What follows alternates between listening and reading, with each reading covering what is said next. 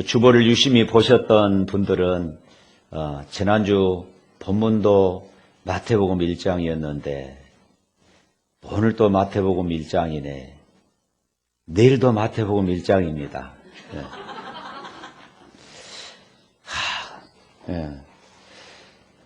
그런데 오늘 말씀에서는 21절, 우리 한 절 가지고 우리 21절만 다시 한번 읽어볼까요? 시작.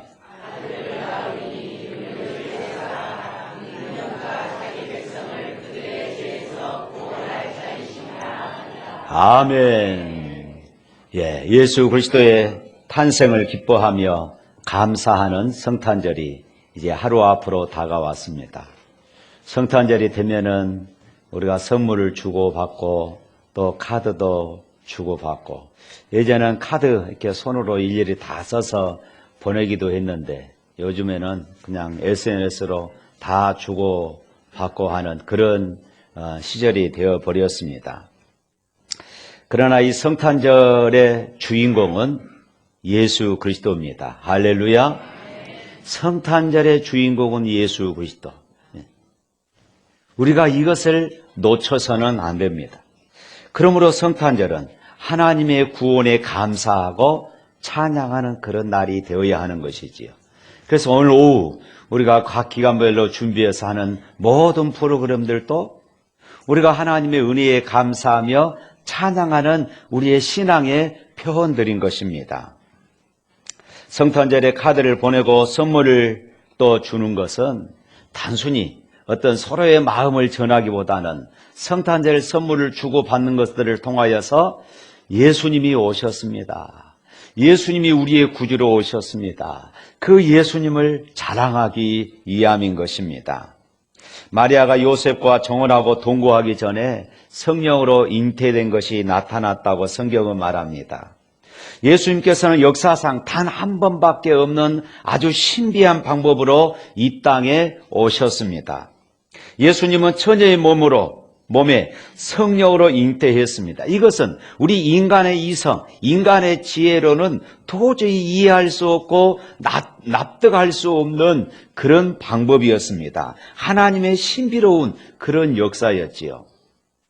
그리고 주의 사자는 요셉에게 놀라운 사실을 선언해 줍니다. 그것이 이제 방금 읽었던 21절 말씀이지요. 아들을 낳으리니 이름을 예수라 하라.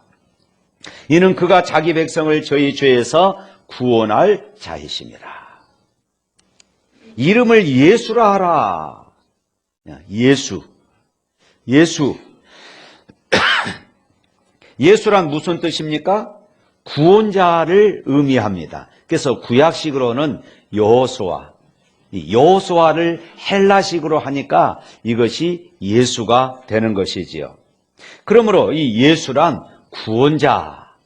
구원자라는 그런 의미입니다. 구원이 무엇일까요? 우리 인간이 인간의 문제를 스스로 해결할 수가 없는 이 죄의 문제가 해결되는 것입니다. 지옥의 문제가 해결되어지는 것이에요. 천국의 문이 열려지는 것입니다. 우리는 거기에서 천국에서 살 존재들이기 때문에 이 세상에서 승리하며 살아갈 수 있는 것입니다. 순간순간을 감사하며 살아가게 되는 것이지요. 왜냐하면 예수의 구원이 우리 안에 있기 때문인 줄로 믿습니다. 당시에 이스라엘은 이 여호수아라고 하는 이 이름이 흔한 이름이었습니다. 과거 우리나라 철수, 영이, 라는 이름이 흔했잖아요. 그런데 이 시대, 성경 시대에 여호수아라고 하는 이 이름이 아주 흔한 이름이었어요. 수많은 어머니들은 자기 아들들이 구원자가 되어서 속박을 깨뜨리고 백성들을 자유케 해 주었으면 하는 그런 바람으로 여호수아라고 하는 그 이름을 지었던 것입니다.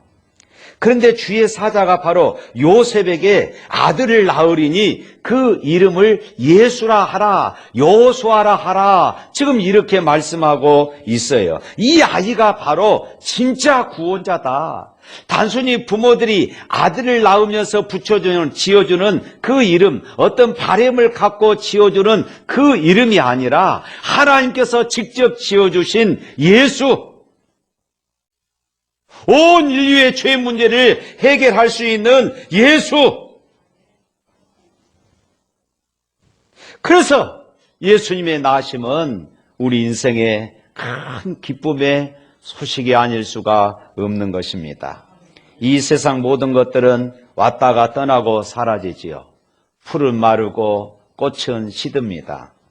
세상 그 어떤 영광도 부귀도 순간이고 찰나일 뿐인 것입니다. 오직 하나님만이 영원하십니다. 영원히 변치 않은 구원의 이름은 오직 예수입니다. 세상에 어떤 위기, 재난이 와도 우리가 붙들고 의지할 수 있는 이 이름은 예수 한 분밖에 없음을 믿습니다. 예수 이름은 사람이 지은 이름이 아니지요. 방금 전에도 말씀드렸던 것처럼 하나님께서 지어주었어요.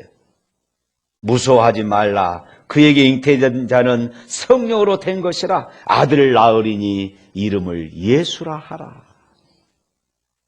이름을 예수라 하라. 우리가 하나님 앞에 나갈 때에 하나님께서 지으신 그 이름으로 나가게 되는 것이에요. 그 이름 앞에 사단은 두려워 떱니다. 그 이름 앞에 지옥의 권세는 문이 닫혀지고 천국 문은 열려질 것을 믿습니다.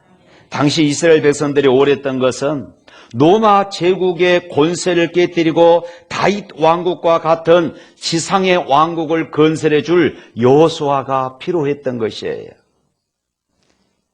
예수님의 12 제자들도 이런 구원자를 기대하였습니다. 그래서 예수님께서 부활하셔서 승천하시기 전까지도 사도행전을 보면은 이스라엘 나라의 회복할 때가 이때니까 끊임없이 이런 정치적인 사회적인 구원자를, 정치적인 메시아를 그들은 찾았고 기대하고 있었던 것입니다. 이것이 당시 유대인들이 기대했던 일반적인 메시아관이었어요. 당시 유대인들은 정치적인 구원자를 고대했어요. 그래서 그들은 십자가에서 맥없이 죽으시는 예수님을 메시아로, 구원자로 그들은 인정할 수가 없었던 것입니다. 자신들의 메시아관에서 비춰볼 때에 십자가에서 죽으시는 예수는 도저히 있을 수가 없는 것이에요. 오늘 저와 여러분들도 그럴 수 있어요.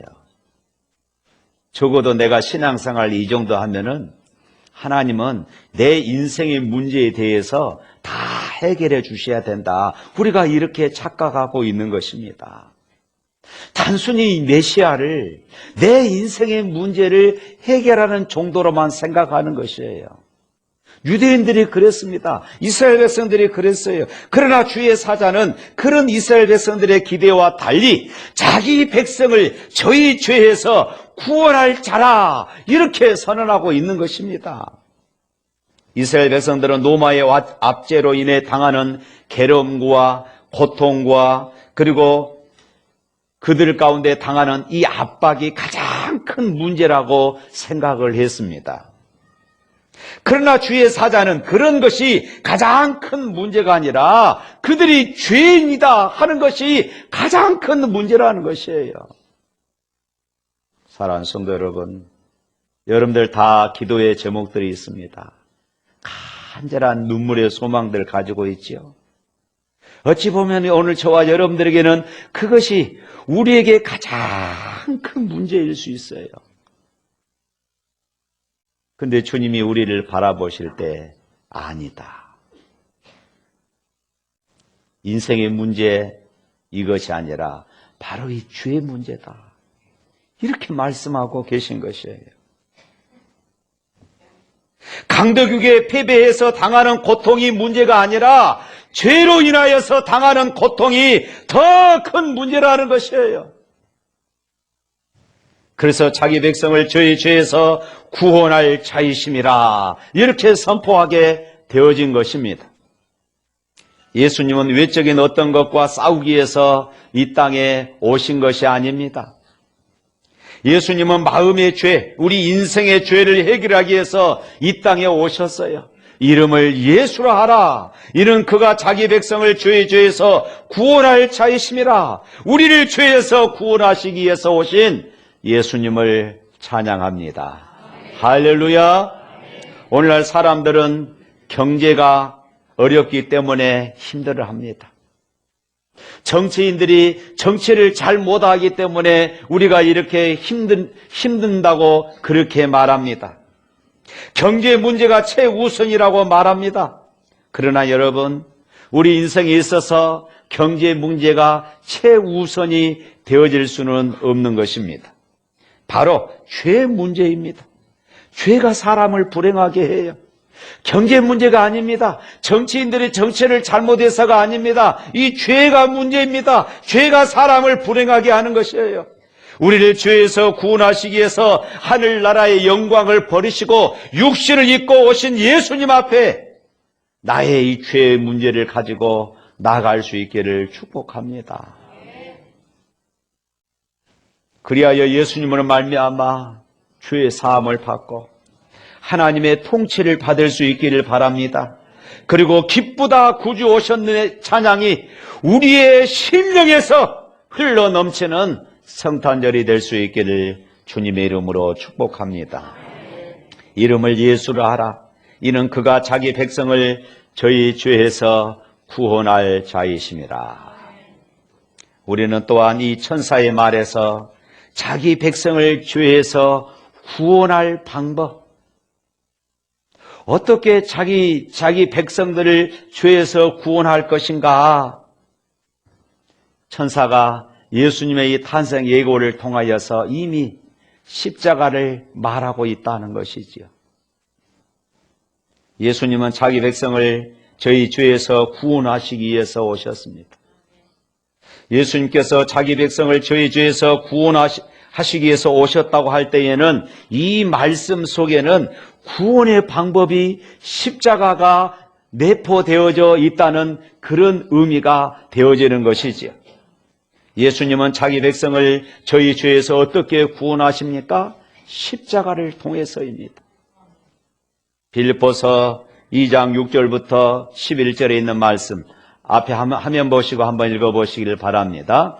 그런 근본 하나님의 본체시나 하나님과 동등됨을 취할 것으로 여기지 아니하시고 오히려 자기를 비워 종의 형체를 가지사 사람들과 같이 되셨고 사람의 모양으로 나타나사 자기를 낮추시고 죽기까지 복종하셨으니 그 십자가에 죽으심이라. 이러므로 하나님이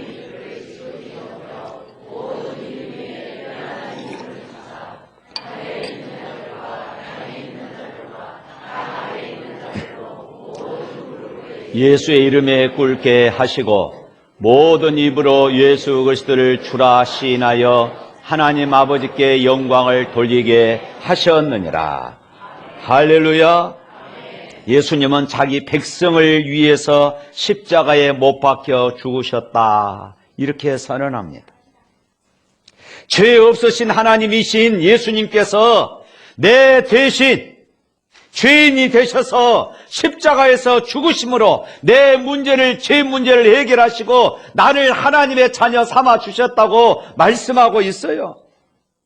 예수님의 십자가 죽으심이 나의 죄를 위한 대속의 죽음이라는 이 사실을 우리가 어떻게 할 수 있습니까? 그것은 예수님께서 십자가에서 죽으심으로 끝나지 않고 다시 부활하셨다는 것에서 우리가 알 수 있어요. 예수님께서 부활하셨다는 것은 자신의 죄 때문에 예수님이 죽으셨다는 것이 아니라는 것이죠. 예수님은 죽은 자 가운데서 부활하셔서 사망 권세를 완전히 깨뜨려 버리셨습니다. 이로써 사망 권세 아래 있는 우리 인생들의 주가 되어 주신 것입니다.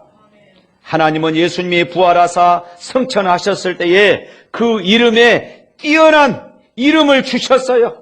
하늘에 있는 자들과 땅에 있는 자들과 땅 아래에 있는 자들의 모든 무릎을 예수의 이름 앞에 꿇게 하셨습니다. 이처럼 예수님은 자기 백성을 저희 죄에서 구원하시기 위하여서 십자가의 길을 걸어가셨던 것입니다. 십자가를 통하여서 자기 백성들의 죄를 사해 주시고 저희 죄로부터 구원하여 주셨던 것이에요. 우리가 성탄을 생각할 때에 그러므로 성육신, 하늘의 영광을 버리시고 이 땅에 오신 그 예수님만 생각하지 말고 우리가 십자가를 생각해야 합니다. 부활하사 승천하신 예수님을 생각해야 합니다. 그리고 심판주로 다시 오실 재림의 예수님을 우리가 또한 묵상해야 하는 것입니다. 우리가 성탄이 즐거운 것은 바로 우리를 죄에서 구원하시기 위하여서 십자가의 길을 걸어가시기 때문입니다. 우리를 죄에서 구원하시기 위해서 십자가의 길을 걸어가신 예수님을 찬양합니다. 할렐루야. 사도행전 3장에 보면은 어느 날 베드로와 요한이 기도하기 위해서 성전에 들어갑니다. 그런데 성전 입구에서 나면서부터 안진뱅이 된 사람을 하나 만났어요. 대략 한 성경에는 나와 있지 않지만은 대략 한 40세 정도 되는 그런 남자인데 들어가는 사람, 나오는 사람들에게 손을 내밀어서 구걸하던, 그리고 그것으로 자신의 생계를 유지해 가던 그런 사람이었습니다. 그날따라 성령께서 베드로의 마음에 감동을 주신 것이에요. 야, 너 저 사람을 고쳐주어라. 오늘 처음 만났던 사람이 아닙니다. 수없이 많은 날들을 부딪히고 그저 지나쳤던 그런 사람이었어요. 그런데 그날따라 성령께서 베드로의 마음속에 감동을 주신 것이에요. 너 저 사람을 고쳐주어라. 성령의 음성이 들렸습니다.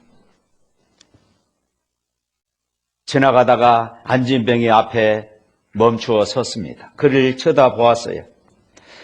안진뱅이는 자기에게 뭔가 동전이라도 한 입 줄 줄 알고 그렇게 많이 쳐다보고 있었습니다. 그때 베드로가 유명한 말을 하지요. 베드로가 가로되 음과 금은 내게 없거니와. 야, 내가 너는 나에게 지금 무슨 동전을 한 입 달라고 나를 쳐다보는데 내가 너에게 줄 수 있는 것은 아무것도 없어. 네가 기대하고 있는 것 내가 줄 수가 없다, 그 말입니다. 그러면서 이어서 말하지요. 내가 내게 있는 것을 너에게 줄 것이다. 한 가지가 있는데 이것을 내가 너에게 줄 것이야. 나사렛 예수 그리스도의 이름이다. 나사렛 예수 그리스도의 이름을 내가 내게 주노니 나사렛 예수 그리스도의 이름으로 일어나 걸어라. 할렐루야.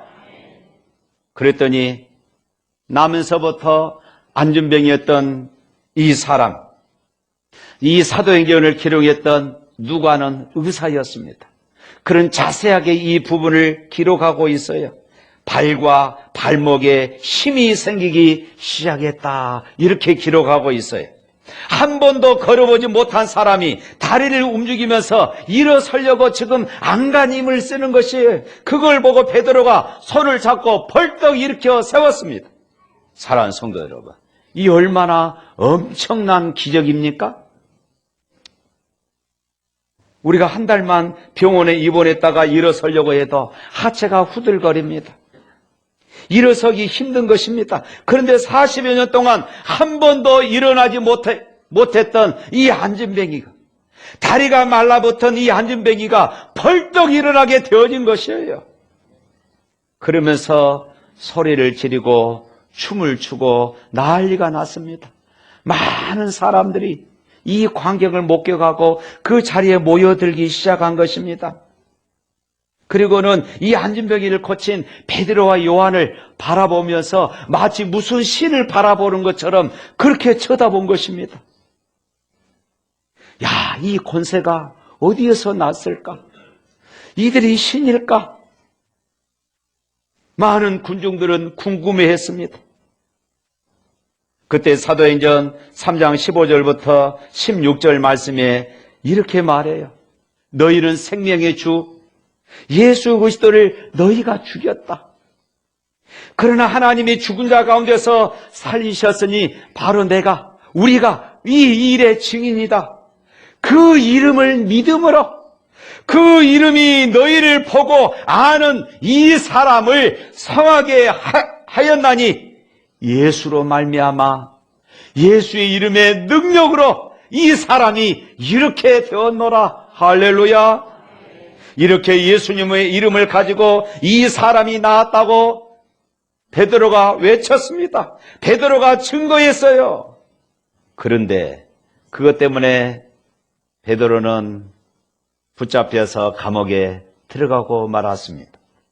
하룻밤을 잔 다음에 그 다음날 재판석에 끌려왔습니다. 베드로 요한이 재판석에 섰어요. 재판을 담당하는 대제사장들은 궁금했어요. 야, 도대체 저들이 지금 갈릴리 어부인데 어떻게 이런 능력이, 어디에서 이런 능력이 났을까? 이것이 궁금했던 것이에요. 누구의 권세를 가지고 무슨 이름을 가지고 이런 일들을 행하였느냐 그렇게 물었습니다. 그때 아주 유명한 말을 합니다. 사도행전 4장 7절과 그리고 10절에 있는 말씀입니다. 화면 보고 다 같이 한번 읽어볼까요? 사도들 가운데 세우고 묻되 너희가 무슨 권세와 누구의 이름으로 이 일을 행하였느냐. 10절 말씀, 너희와 모든 이스라엘 백성들은 알라. 너희가 십자가에 못 박고 하나님이 죽은 자 가운데서 살리신 나사렛 예수 그리스도의 이름으로 이 사람이 건강하게 되어 너희 앞에 섰느니라. 할렐루야. 초대교회 성도들에게 예수의 이름은 절대적이었어요. 어디를 가나 예수 이름 빼놓고 할 말이 없는 그런 사람들이었어요. 그들은 모일 때마다 예수 이름을 찬양했어요. 사람들을 만날 때마다 예수의 이름을 증거하며 살았던 것입니다. 위협을 당하고 핍박을 만날 때마다 예수 이름으로 기도하면서 그들은 싸웠습니다. 병자들 앞에 놓고 그들은 예수 이름으로 그들을 고치기도 했습니다. 귀신과 악한 영들의 역사 앞에서 예수 이름으로 대적했습니다. 예수 이름으로 그들은 세상을 정복했고 노만을 정복했습니다. 할렐루야. 예수님께서 어느 날 사랑하는 제자들을 앉혀놓고 이렇게 말씀하십니다. 요한복음 15장 13절부터 14절에 있는 말씀 또 우리 다 같이 읽어볼까요? 사람들이 친구를 위하여 자기 목숨을 버리면 이보다 더 큰 사랑이 없나니 너희는 내가 명하는 대로 행하면 곧 나의 친구라. 우리의 친구가 되시기 위해서 우리에게 찾아오신 분, 그분이 또 우리에게 말씀하셔요. 히브리서 13장 5절 말씀입니다. 다 같이 읽습니다. 돈을 사랑하지 말고 있는 말을 족한 줄로 알라. 그가 친히 말씀하시기를 내가 과연 너희를 버리지 아니하고 너희를 떠나지 아니하리라 하셨느니라. 내가 과연 너희를 버리지 아니하고 내가 과연 너희를 떠나지 아니하리라. 그분이 또 말씀하시지요. 마태복음 28장 20절 말씀입니다. 볼지어다 내가 세상 끝날까지 너희와 항상 함께 있으리라. 히브리서 기자는 그분에 관해서 예수님에 관해서 이렇게 또 증언합니다. 히브리서 4장 15절 말씀입니다. 우리에게 있는 대제사장은 우리의 연약함을 동정하지 못하실 리가 아니요 모든 일에 우리와 똑같이 시험을 받으신 이로되 죄는 없으시리로다. 무슨 이야기입니까? 예수님은 우리의 아픔을 공감하신다, 그 말씀이에요. 여러분, 목사는 여러분들의 아픔을 다 이해할 수가 없어요. 다 공감할 수가 없습니다. 그런데 예수님은 저와 여러분의 아픔을 다 공감하십니다. 여러분 중에 남몰래 흘리는 눈물이 있습니까? 그분은 내 눈물을 아십니다. 여러분 중에 고통과 아픔과 불안과 절망 가운데 계신 분 있습니까? 그분은 내 고독을 아시고 내 아픔을 아시고 내 절망을 아시고 내 불안을 아시는 분이십니다. 죄짐 맡은 우리 구주 어찌 좋은 친구인지. 또 이렇게 찬양하죠.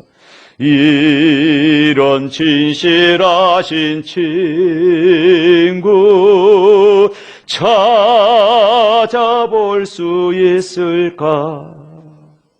그래요.